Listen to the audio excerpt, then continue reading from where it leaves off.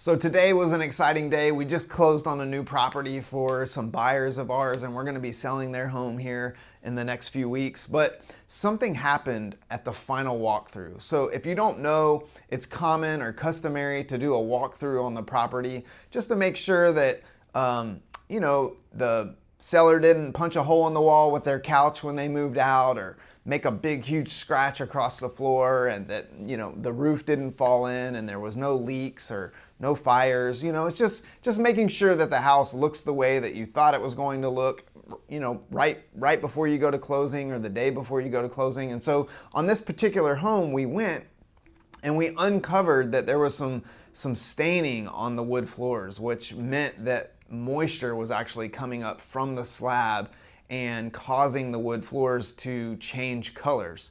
I know this because of past history working with this kind of thing, and just being an architect and understanding how moisture can change or alter wood. And so we noticed that, and so we weren't going to be able to close on this property the next day. And that makes people nervous. It's like, okay, well, you're supposed to, as a buyer, close on that property contractually if you don't close on the day that the contract says you're in default.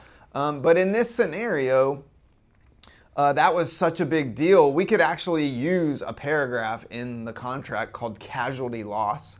That means that something happened to change or alter the property during the time that it was under contract.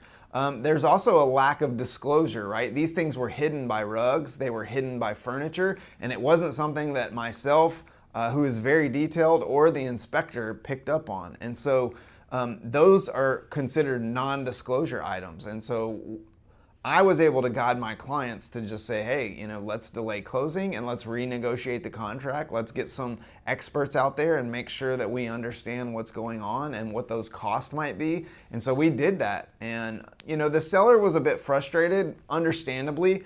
But at the end of the day, they want to close on their property. Going back to the market with an issue like that being uncovered is not really in their best interest. And so we were able to extend the contract, get some time to do some checking and have some individuals go out there and look at the property and just verify what I was thinking, and then renegotiate the deal, right? So we end up getting a price reduction and raising the seller concessions in this particular deal, coming to an agreement with everybody and moving forward.